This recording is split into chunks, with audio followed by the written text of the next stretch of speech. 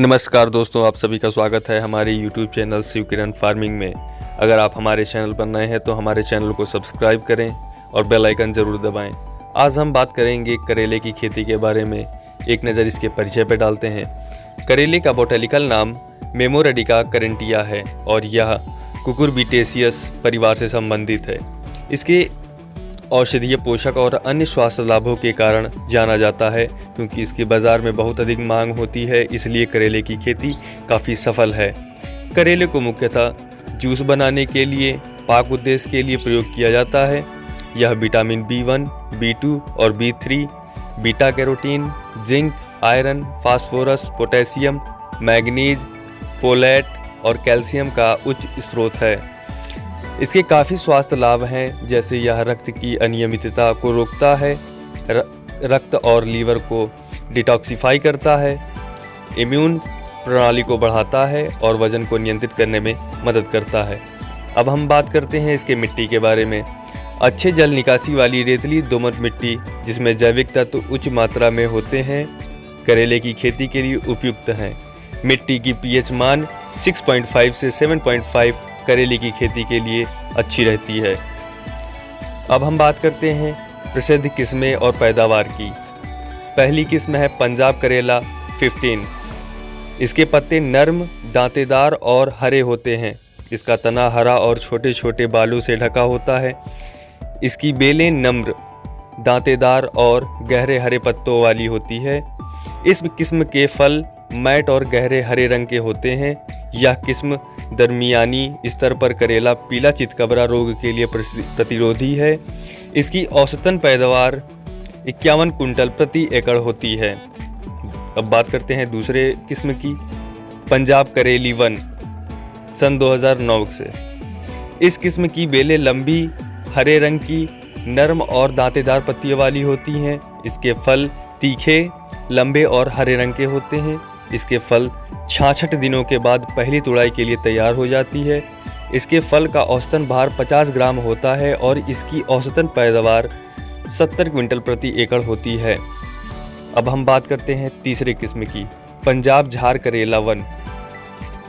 इस किस्म की मध्य लंबी और हरे पत्ते वाली होती है, जो कि दांतेदार होती है। इस किस्म की फल देखने में हरे, नर्म, तीखे और खाना बनाने के दौरान काटने में बढ़िया होते हैं। यह किस्म वायरस और निमाटोड संक्रमण के लिए प्रतिरोधी है। इसकी औसतन पैदावार 35 क्विंटल प्रति एकड़ होती है। पुरानी किस्म पंजाब 14। इस किस्म की बेलें छोटी होती हैं। इसके फल हल्के रंग के होते हैं और इसके फल का औसतन भार 35 ग्राम होता है। यह किस्म बारिश या बसंत के मौसम में बिजाई के लिए उपयुक्त है। इसकी औसतन पैदावार 50 क्विंटल प्रति एकड़ होती है। अन्य किस्में अर्का हरित।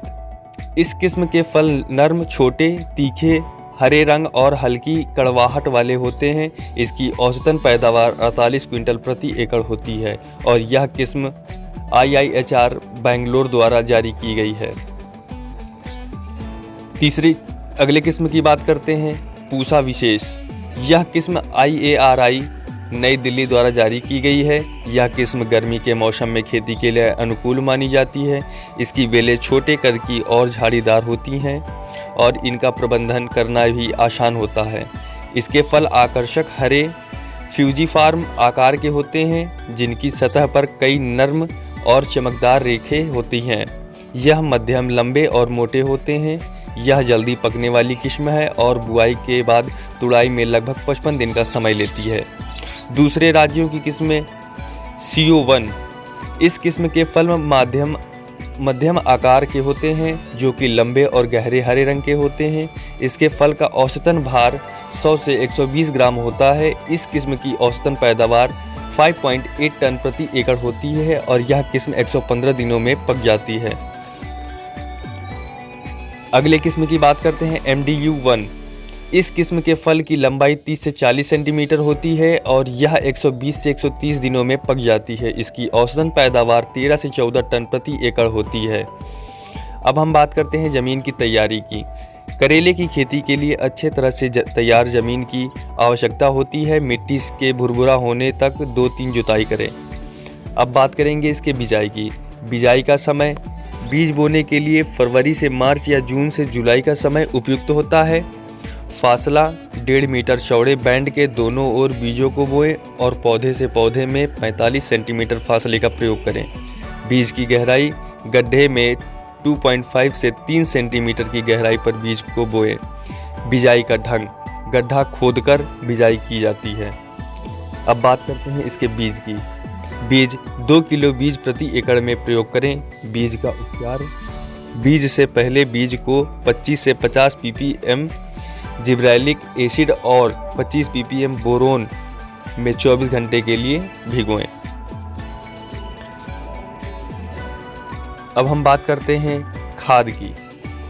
खाद किलोग्राम प्रति एकड़ में urea 30, SSP 125, muriate of potash 35 तत्व किलोग्राम प्रति एकड़ में, नाइट्रोजन 13, फास्फोरस 20, पोटेशियम 20।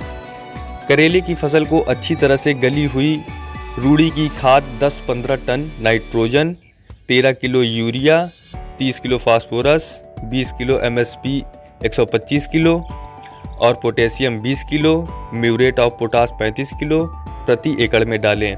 फास्फोरस और पोटेशियम की पूरी मात्रा और नाइट्रोजन की 1/3 मात्रा बीज की बिजाई से पहले डालें। बाकी बची नाइट्रोजन को बिजाई के 1 महीने बाद डालें। अब हम बात करते हैं सिंचाई की। बिजाई के बाद पहली सिंचाई करें। गर्मियों के मौसम में प्रत्येक 6-7 दिनों के बाद सिंचाई करें और बारिश के मौसम में ज़रूरत पड़ने पर सिंचाई करें। इस फसल को कुल 8-9 सिंचाइयों की आवश्यकता पड़ती है। अब हम बात करते हैं खरपतवार नियंत्रण के। नदीनों की रोकथाम के लिए हाथों से गुड़ाई करें। 2-3 गुड़ाई पौधे की शुरुआती वृद्धि के समय करनी चाहिए। खादों की मात्रा डालने के समय मिट्टी में गुड़ाई की प्रक्रिया करें और मुख्यतः बारिश के मौसम में मिट्टी चढ़ाएं। पौधे के देखभाल, बीमारियां और रोकथाम। पौधों पर सफ़ेद धब्बे, इससे पत्तों की ऊपरी सतह पर सफ़ेद रंग के धब्बे पड़ जाते हैं जिसके कारण पत्ते सूख जाते हैं। कार्बेंडाजिम 3 ग्राम को प्रति लीटर पानी में मिलाकर स्प्रे करें। पत्तों के निचली ओर धब्बे, यदि इसका हमला दिखे तो मैनकोजेब या क्लोर्थालोनिल 2 ग्राम को प्रति लीटर पानी में मिलाकर 10-12 दिनों के अंतराल पर 2 बार स्प्रे करें। हानिकारक कीट और रोकथाम। चेपा, ये कीट पत्तों में से रस चूसते हैं जिसके कारण पत्ते पीले पड़ जाते हैं और अंततः गिर जाते हैं। इसकी रोकथाम के लिए इमिडाक्लोप्रिड 0.5 मिलीलीटर को प्रति लीटर पानी में मिलाकर स्प्रे करें। जूं, थ्रिप्स के कारण पत्ते मुड़ जाते हैं। पत्ते कप के आकार के हो जाते हैं या ऊपर से मुड़ जाते हैं। इसकी रोकथाम के लिए डिकोफाल 18.5%, SC 2.5 मिलीलीटर को प्रति लीटर पानी में मिलाकर स्प्रे करें।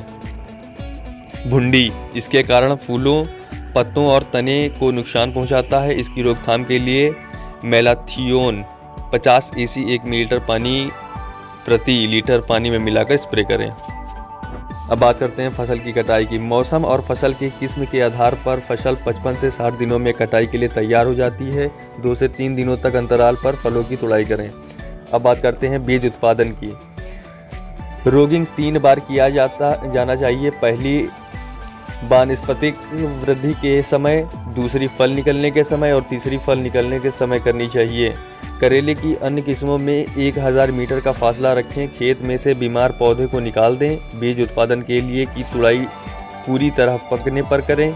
सही बीज लेने के लिए खेत में 3 बार जांच आवश्यक है। तुड़ाई के बाद फलों को सुखाएं और फिर बीज निकाल लें।